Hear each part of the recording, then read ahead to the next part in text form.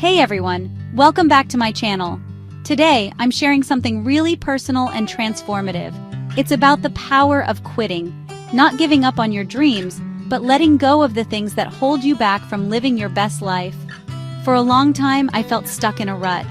I wasn't happy, and I knew I needed to make a change. These are the 10 things I quit to make my life better, focusing on self-care. Because remember, you can't pour from an empty cup. The first thing I quit was comparing myself to others.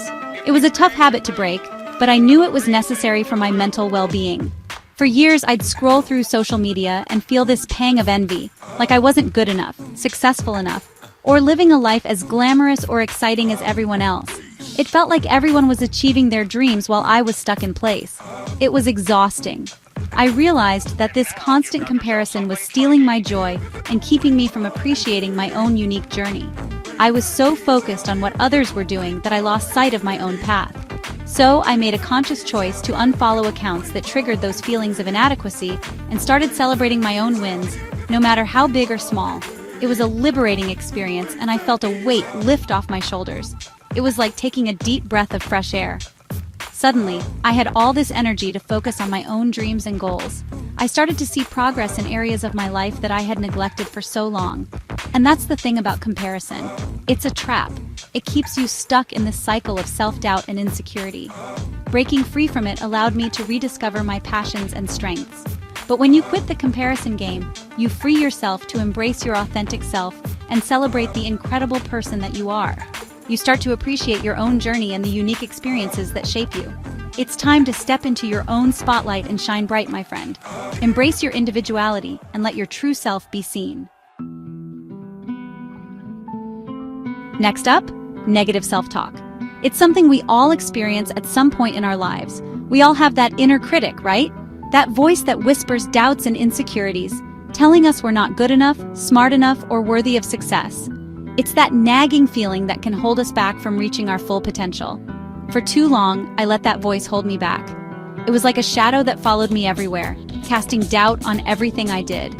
I'd second-guess myself, sabotage my own efforts, and shy away from opportunities because I was afraid of failing. The fear of not being good enough was paralyzing. I started practicing daily affirmations, literally looking myself in the mirror and saying things like, "You are capable, you are worthy, and you are enough. I am capable, I am worthy, and I am enough." These words became my mantra, a shield against the negativity.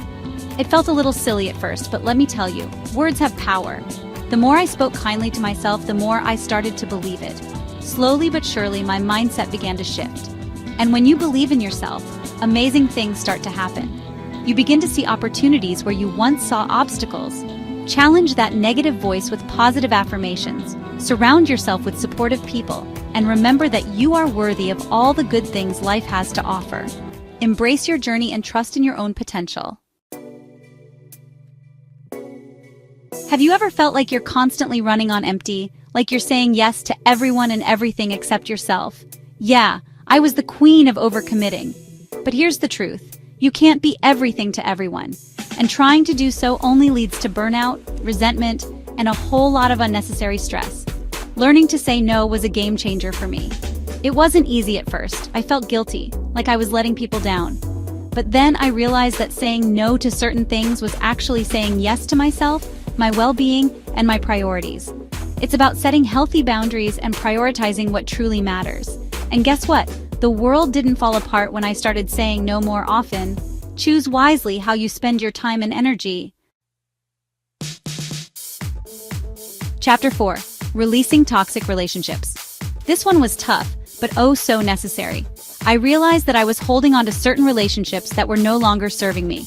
These were people who drained my energy, brought me down, or made me question my worth. Toxic relationships can take many forms: friends, family members, even romantic partners. And they can be incredibly damaging to your self-esteem and overall well-being. Letting go of toxic relationships can be painful, but it's also incredibly liberating.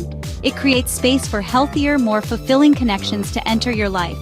Surround yourself with those who reflect the love, respect, and positivity you deserve. Chapter 5. Nourishing my body with kindness. You know the saying, "You are what you eat"? Well, it's true. For years, I had a love-hate relationship with food. I'd restrict, binge, and then beat myself up for not having enough willpower. But here's the thing. Food is not the enemy.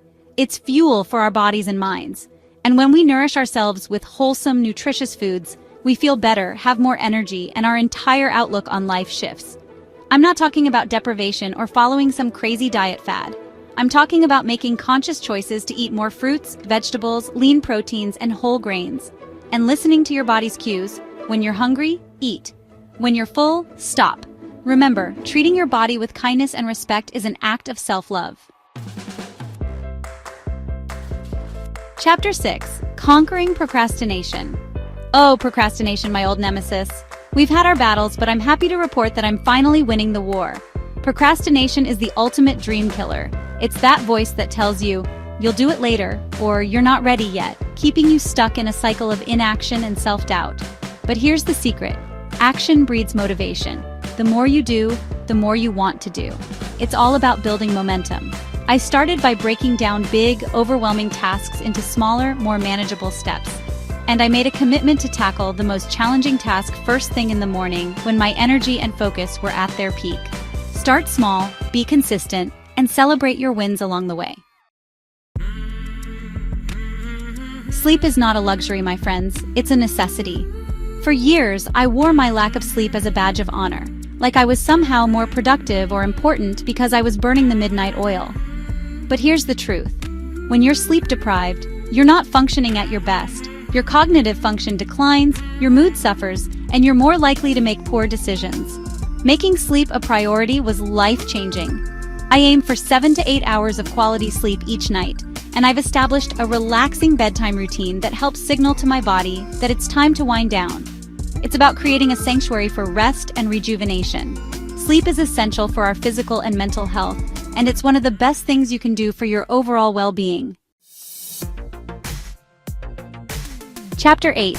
In today's digital age, it's easy to get caught up in the endless scroll of social media, emails, and notifications. I was spending hours each day glued to my phone, and it was starting to take a toll on my mental health and relationships. I realized I needed to create some healthy boundaries with technology. I started by setting limits on my screen time, using apps to track my usage and block distracting websites. I also designated certain times of day as tech-free zones, like during meals, family time, and an hour before bed. Disconnect to reconnect with yourself, your loved ones, and the beauty that surrounds you. Chapter 9. This one's close to my heart. It's about something deeply personal and essential. For too long, I ignored my mental health, brushing aside feelings of anxiety, stress, and overwhelm. I thought I could handle it all on my own. I thought I could just power through it, that asking for help was a sign of weakness.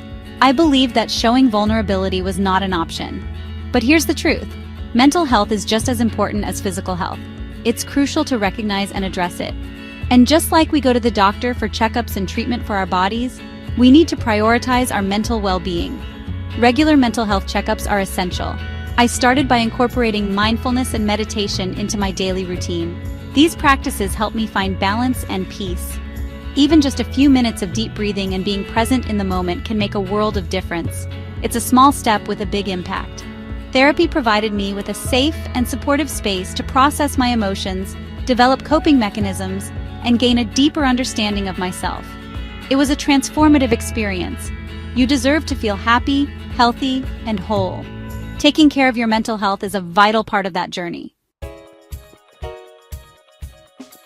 Chapter 10. Remember how we talked about the power of no earlier? Well, this one's all about taking it to the next level. For a long time, I felt obligated to say yes to every request, every invitation, every opportunity that came my way.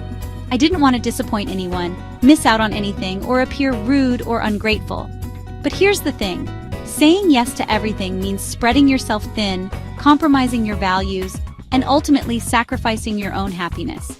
I learned that it's okay to say no to things that don't align with my goals, my priorities, or my overall well-being. It's about setting healthy boundaries and honoring my own needs. The people who truly care about me, they understand. Choose wisely how you spend your time and energy. I hope you found these tips helpful and inspiring. Remember, self-care is not selfish, it's essential. When you prioritize your well-being, you're better equipped to show up for yourself and the people you love. Quitting those things that were holding me back wasn't always easy, but it was always worth it. Take care and see you in the next video.